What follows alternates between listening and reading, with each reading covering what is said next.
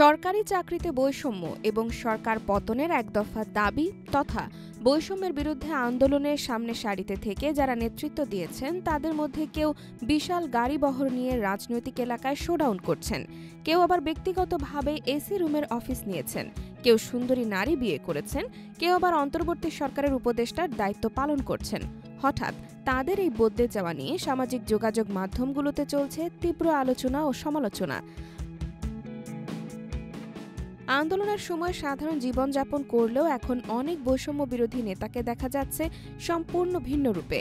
জাতীয় নাগরিক পার্টির উত্তরাঞ্চলের মুখ্য সংগঠক সার্জিস আলম সম্প্রতি তার নির্বাচনী এলাকায় ১০০ প্রাইভেট কার নিয়ে শোডাউন করেন। এই বিষয়টি সামাজিক মাধ্যমে ব্যাপক আলোচনার সমালোচনার জন্ম দেয়। দলটির যুগ্ম সদস্য সচিব তাসনিম জারা প্রশ্ন তুলেছেন, কিছুদিন আগেও সার্জিস বলতেন টিউশনির টাকা দিয়ে চলি, তাহলে এই বিশাল শোডাউনের টাকা এলো কোথা থেকে?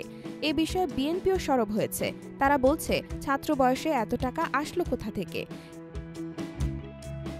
এদিকে এনসিপির যুগ্ম মুখ্য সংগঠক আব্দুল হান্নান মাসুদও গাড়িবহর নিয়ে তার রাজনৈতিক এলাকা হাতিয়ায় শোডাউন করেছেন। পাশাপাশি তিনি নিজে একটি এসি রুমের বিলাসবহুল অফিস নিয়েছেন এবং ব্যয়বহুল গাড়িও ব্যবহার করছেন। যেখানে সাধারণ ছাত্র সংগঠনের অফিসে এসির ছিটে ফোটাও নেই, সেখানে তার এমন বিলাসিতা নিয়ে ব্যাপক আলোচনা ও সমালোচনা চলছে। গণমাধ্যমে দেওয়া এক বক্তব্যে মাসুদ দাবি করেন, জামায়াতের নেতারা তাকে গাড়ি উপহার দিয়েছেন এবং তারা তাকে তাদের আসন থেকে নির্বাচনের প্রার্থী হিসেবেও দেখতে চান। ছাত্র নেতাদের হঠাৎ এই পরিবর্তনকে ঘিরে অনেকেই প্রশ্ন তুলছেন, বৈষম্য বিরোধীরা নিজেরাই বৈষম্য করছে না তো?